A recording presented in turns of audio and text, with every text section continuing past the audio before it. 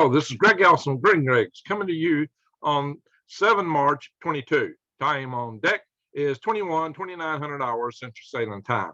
My friends, there are many roads apparently to the slippery slopes of war, World War III, perhaps even right now. And we're going to talk about one of these principally and make some references to some others, which may in the future merit other videos. But today we're going to be talking principally about no-fly zones and how no-fly zones could get us into a full-fledged war, perhaps even, according to some, World War III with Russia. And some are no less than some of our senators, and I'm going to go into that. And yet there are senators and other high-level people today in the United States calling for this war. In fact, there's a poll that shows 74% of Americans support a no-fly zone with Russia. 74%. This is a Reuters poll, by the way, just conducted last Friday. I'll bring you this as part of your eyes wide open and head on a series news items so that you can know that you need to prepare, you need to get ready, because this is serious. This could lead to a full-fledged conflagration with Russia, between the United States and Russia, NATO and Russia. What does this entail? How do we get into it? Are there other pathways that could take us there? Yeah, there's too many, probably. So we're going to go into this to depth. So just remember, subscribe to my channel and bang the update notification bell for more notifications like these. Guys, if you've never been prepping, now is the time to get started. We don't know how much time we got, but do what you can. I'm saying the suggestions, it might be on into the summer before things escalate to that level. So this could be a slow fuse cooking, getting more intense. Let's hope that if it does get more intense, that it is slow enough fuse that you can get ready, because you need to avail yourself of everything you can just in case. And if you had anything that you do preparing now, it's just going to be an investment. Given the inflation that we got coming forward, holy smoke, guys, the inflation is going to be horrendous. Food shortages is going to be horrendous. Anything you do to help you secure your food is going to be crucial going forward, war or no. Now consider this, well, we actually have a war going, although Putin calls it a special operation. Okay, so let's look into this, guys.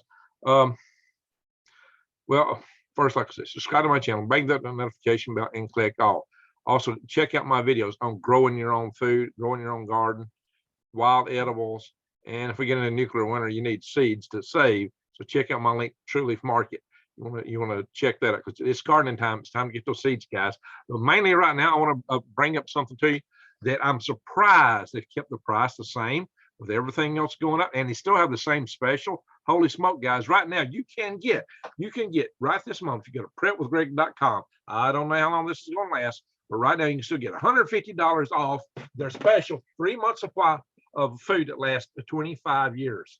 My friends, this is breakfast, lunch, and dinner, 2,000 calories a day, more than the competitors offer, which make you a winner and help you keep hunger away. Seriously, you get also some drinks and desserts in with that.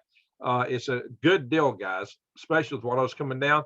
And what you can also know about this is with these containers, you can bury this stuff, unlike cans. Hey, canned food, do all you can to can food in jars, but guys, you need something you can bury, something you can tote around, because this is freeze dried. It's lightweight. The kids can tote it. This is a 2-week supply. There's also $50 off of a 4-week supply, which is 2 of those. The 3-month supply is no less than 6 of these buckets. And those buckets come with little pouches inside too. You can throw in your backpack. All these things are good for burying in the ground in caches, so that somebody's knocking on your door, they ain't gonna find your stuff if you get it buried. Also, it's good to have for, bug out paths and bug out locations. These deals are hard to beat, guys. Better to get it while the getting's good. And do check out the seeds and check out my many videos on these things. So let's go back in this topic. Prepwithgreg.com. Don't forget, prepwithgreg.com, links below. Check out this conversation, guys. This is one of the things that used to bother me when Hillary Clinton was running for president. She went on a talk show and they was talking about Syria at the time, and she referred to a no-fly zone. She wanted to put one over Syria, and I thought she was back guano out of her mind, crazy, because I saw this as a World War III potential. But some people just don't seem to understand what getting in a war with Russia could entail. Now, I got friends who say, all Russia's equipment's, junk, or Putin's bluffing and stuff like that. Well, Russia's got over 6,000 nukes, and they have a far percentage of their nukes that are on the ready, because most of their nukes that are in ICBMs, as opposed to a lot of ours, which are in submarines, quite often right now, without us being at the highest readiness alert, are at port, and which means they're targets. They're not operational to launch, they're targets. So they can be taken out. So we've got a severe disadvantage if somebody decides to launch upon us right now. And if you don't believe that, I can do another interview perhaps with Dr. Peter Vincent-Pry, and he can go all into that, describe, because that's one of the things he discusses. He is a weapons systems analyst and expert. He made a career out of that for quite a few years. Okay, so, you know, I should just show you some of these articles. It's really nuts to consider what is being considered right now. The good news is at this moment, NATO and even the White House are pushing back against the idea of a no-fly zone. But that could change. And I'm going to show you why. That could change in a moment. So let's go over here. And we're going to look at all the aspects. What can make it change is the seemingly popularity of this concept. So the good thing about this video is it's going to give you a chance to weigh where do you think this should be a popular concept or not, and to speak up about it. So check this out, guys. As we know, President of Ukraine, Zelensky, is calling for this no-fly zone. He wants President Joe Biden to declare a no-fly zone over significant parts of Ukraine, denying Russian aircraft the ability to operate. And fortunately for right now, as I mentioned, the White House and NATO have dismissed this. But see, there's other advocates right now, pundits, of course, pundits are out there calling for anything and everything, and members of Congress. There's also members, former military members, including the former Supreme Commander of NATO, 4-star General Wesley Clark, who actually ran for president of the United States. Now, no kidding. I'm going to show you that in just a second. So, got ads popping up here. Check it out. This references that poll. I got another reference to that too. 74%. That's a Reuters poll. 74% Reuters IPOS. 74% of Americans are in favor of NATO imposing a no-fly zone over Russia. Now we're going to have to talk about what that means. Yeah, I'm not going to read this article. I'm going to just switch from here. Go on. We'll go on to the next one. And here it is. This is talking about, not too many things popping up here.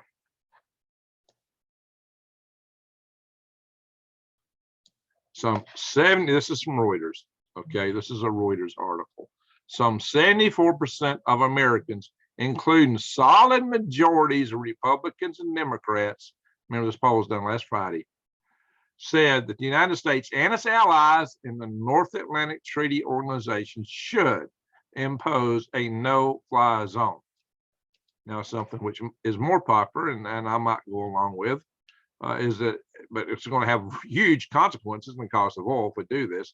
80% of Americans said the United States should stop buying Russian oil. 80% stop buying Russian oil. Of course, that is going to add to the inflation quite a bit. But you know, well, hey, this is how Russia's getting their money to run their operation, is to oil sales. So that has a certain logic to it, right? Okay, well, we're going to go over here. Here we are. Former NATO commander, Supreme Commander, General, 4-star General Wesley Clark is calling for a no-fly zone. And say, do you advocate a no-fly zone? And his answer, absolutely, absolutely.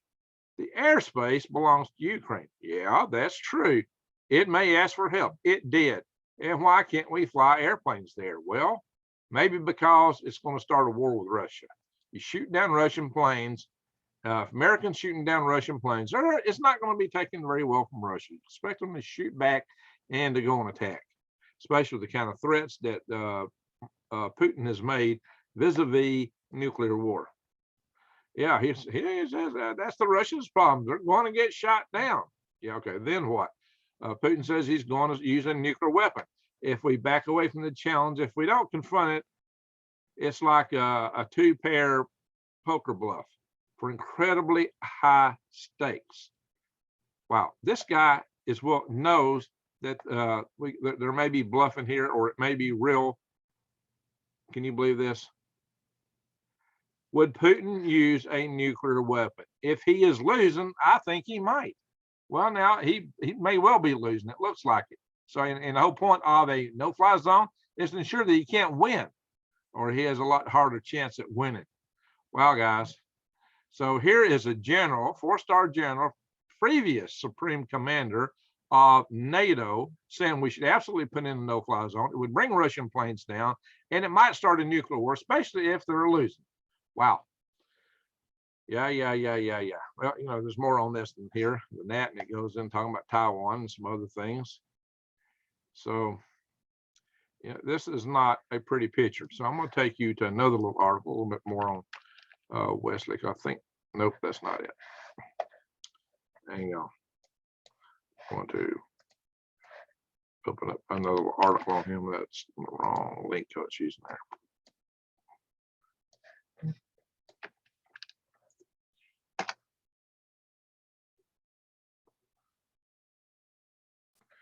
Here we are. Wesley Clark.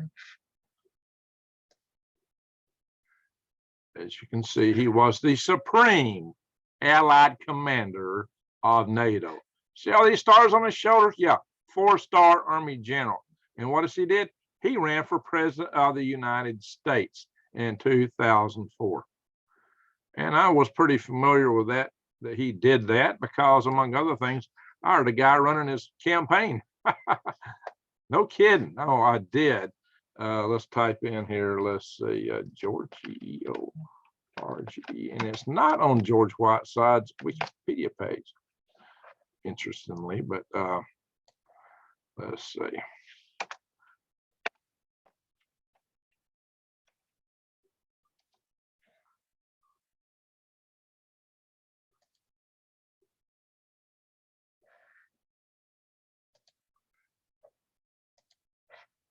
There we go. This George Whitesides, who had been executive director of the National Space Society. I'm the guy who hired him into that job when I was chairman of the executive committee of the National Space Society.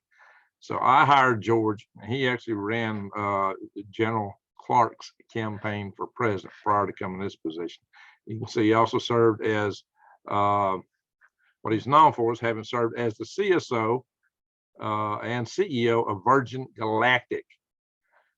He's also served as the chief of staff to the National Space, to NASA, to actually the NASA director at the time, which was Bolden, who happened to be the first black astronaut, and he was maybe the first NASA administrator. I don't know if I think that's the case.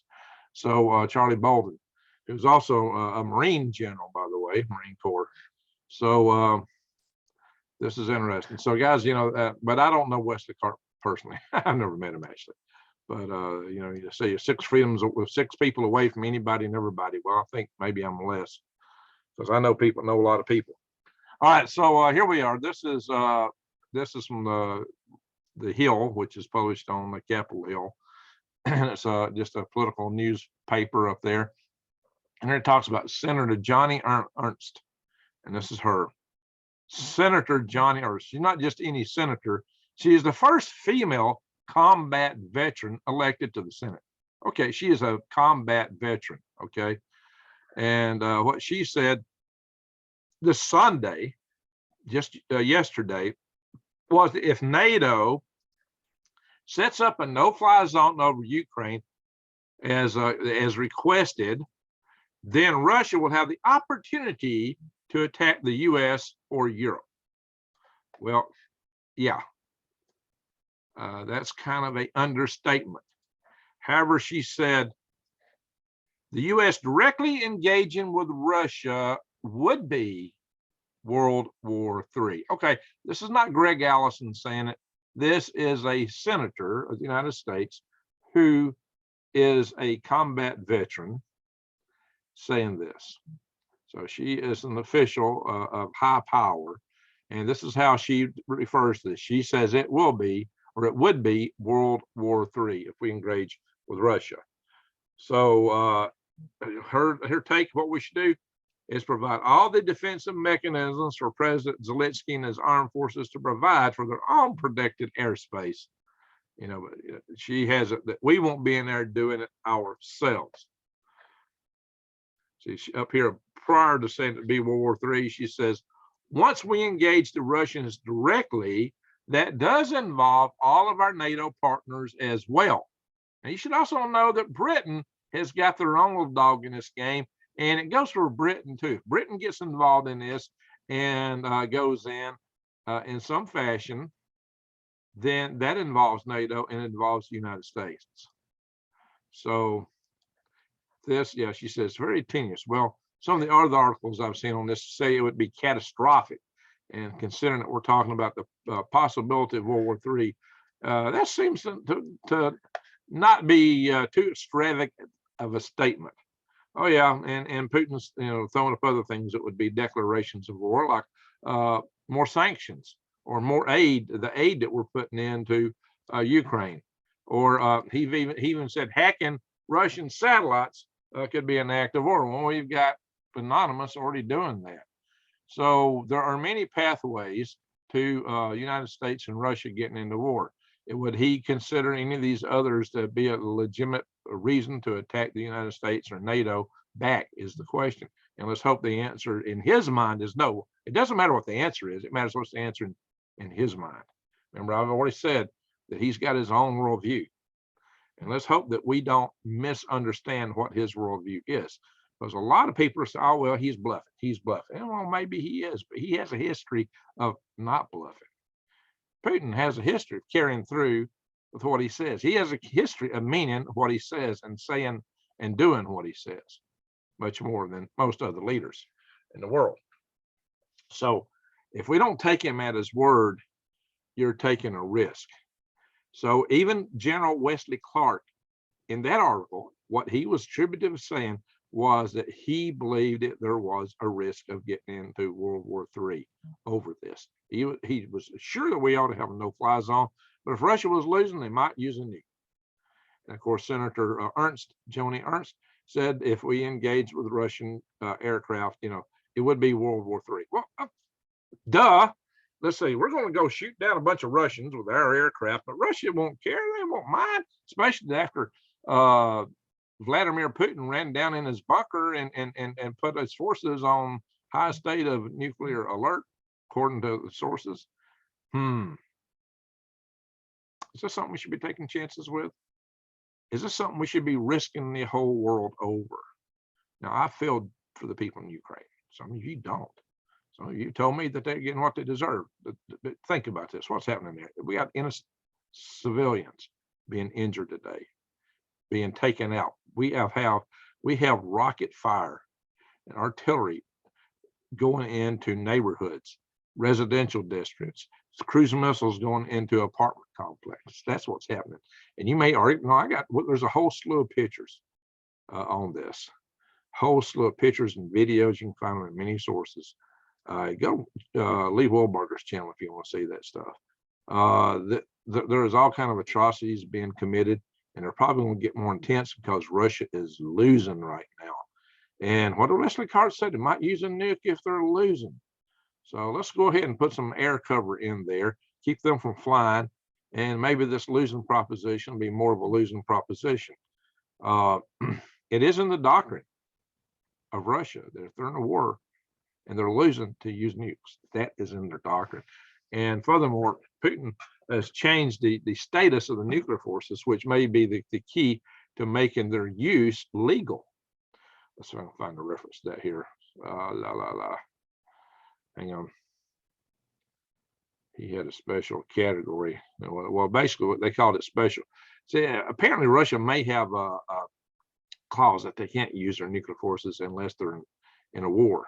And he did declare Ukraine to be a special operation, not a war.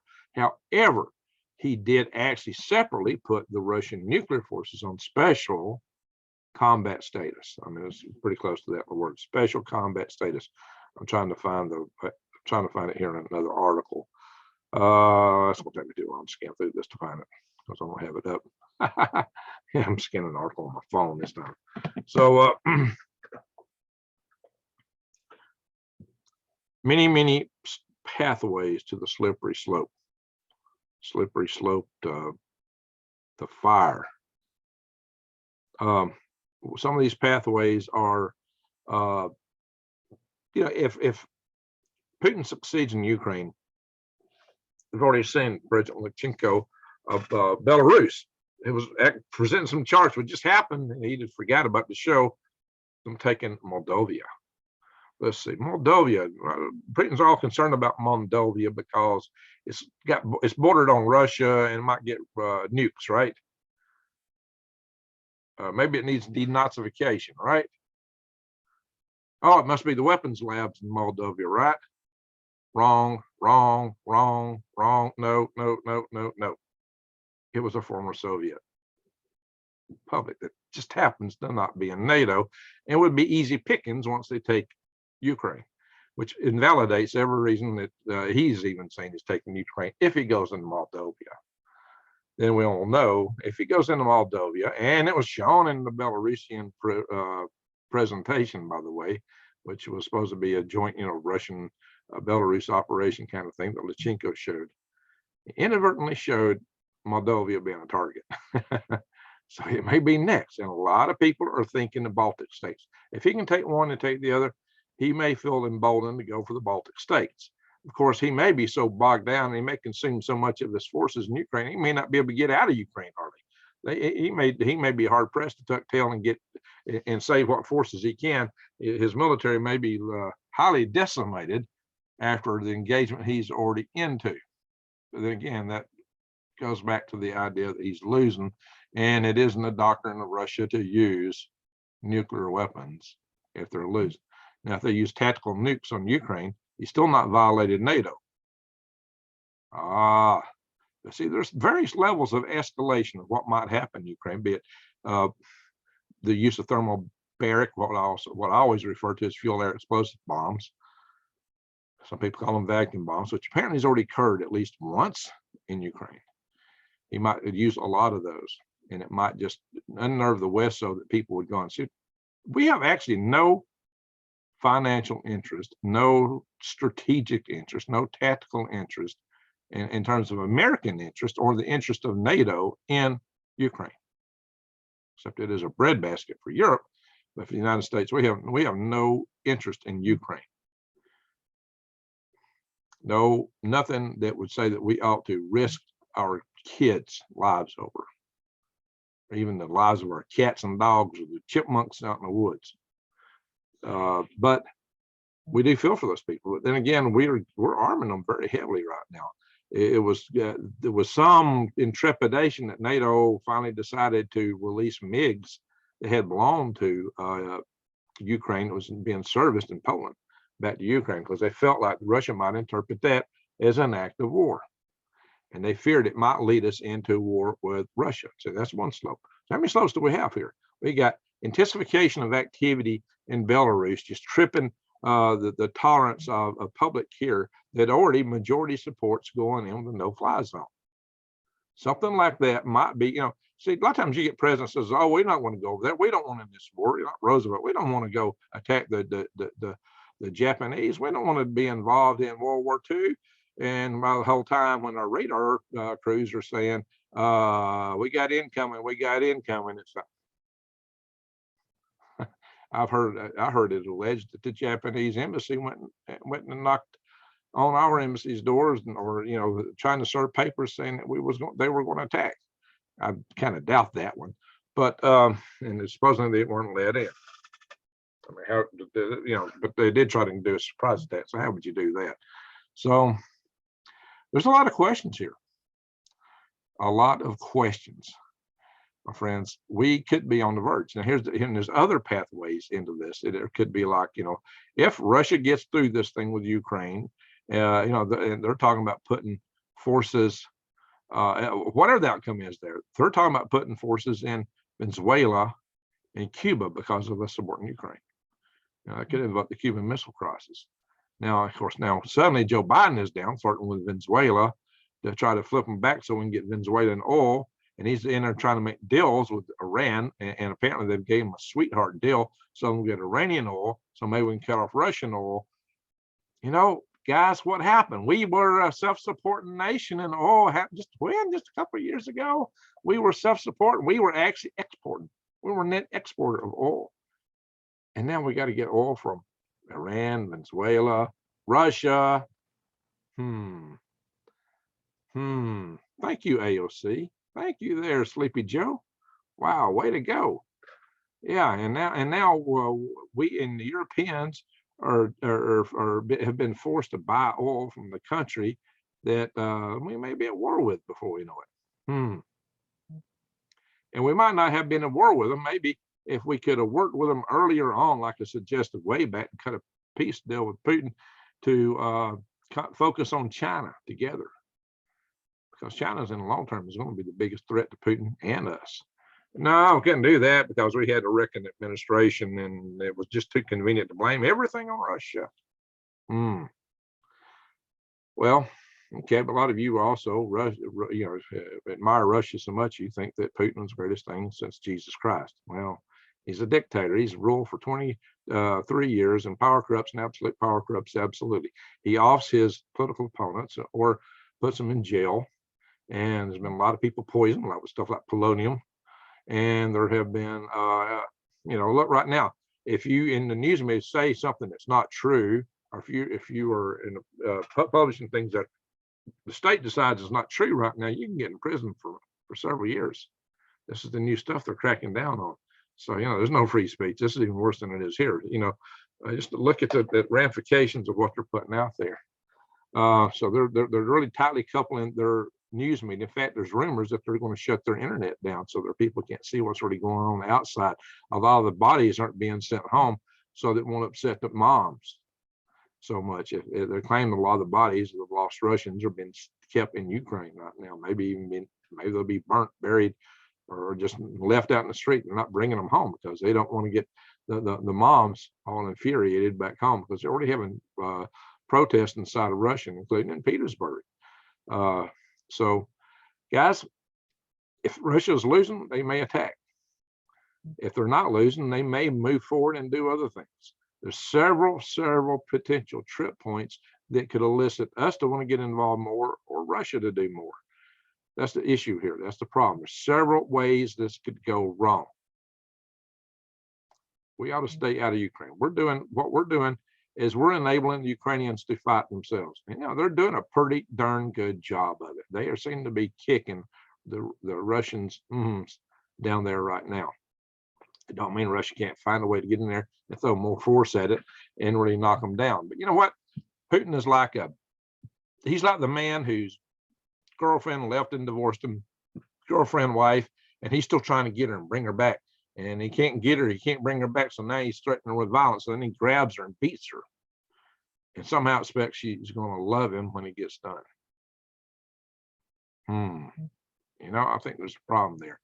Yeah, if the Russians are having so much problems getting in Ukraine, if they manage to take it over, what makes them think they can hold it? Sure, they try to put a puppet government there. What makes them think that people won't sack that government? Here's what you got to know. And I've said this many times, there's more of us than there is of them. Well, that applies in any of these countries. There's more of the population than there is of those that rule it. Maybe that's why the Georgia Guidestones want to get things down.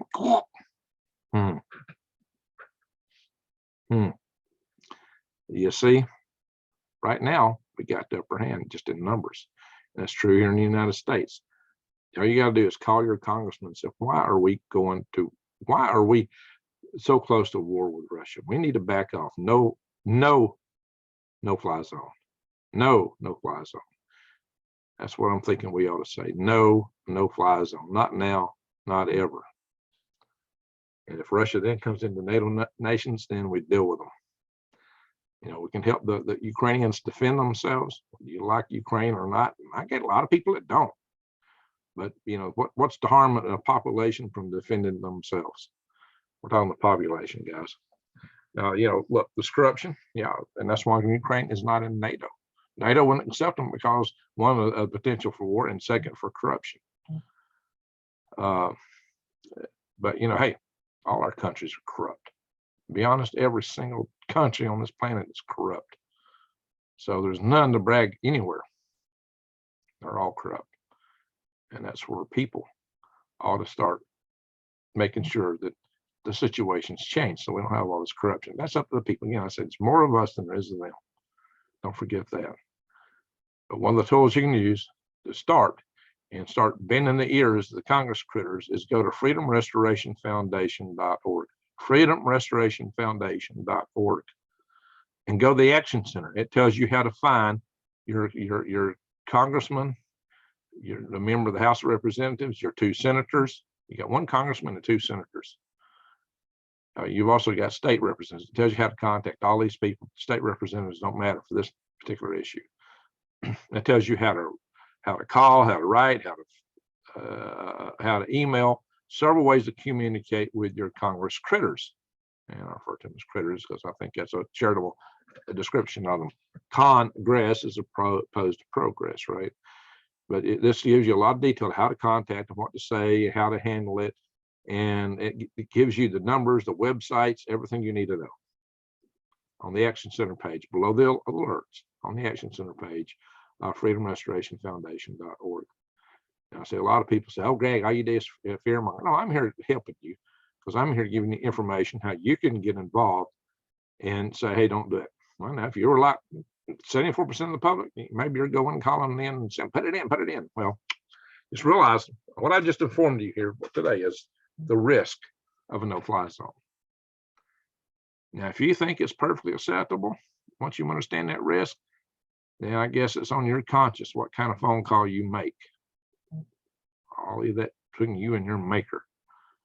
But I'm going to tell you what, I'm thinking we don't need a no-fly zone because we don't need to get directly involved in a shooting war with Russia. I think that is back guano nuts, back guano crazy. That is my opinion. Many of you will not agree with me. And right now, 74% of the public does not agree with that. But then again, that 74% of the public has probably not been educated to the proper level of risk that this entails. And some of those who are calling for it understand the risk and still call for it. Like General Wesley Clark, for Pete's sake. Are you kidding me? Oh yeah, he did run on the big D ticket. Let's see, a general, 4-star general running on the big D ticket.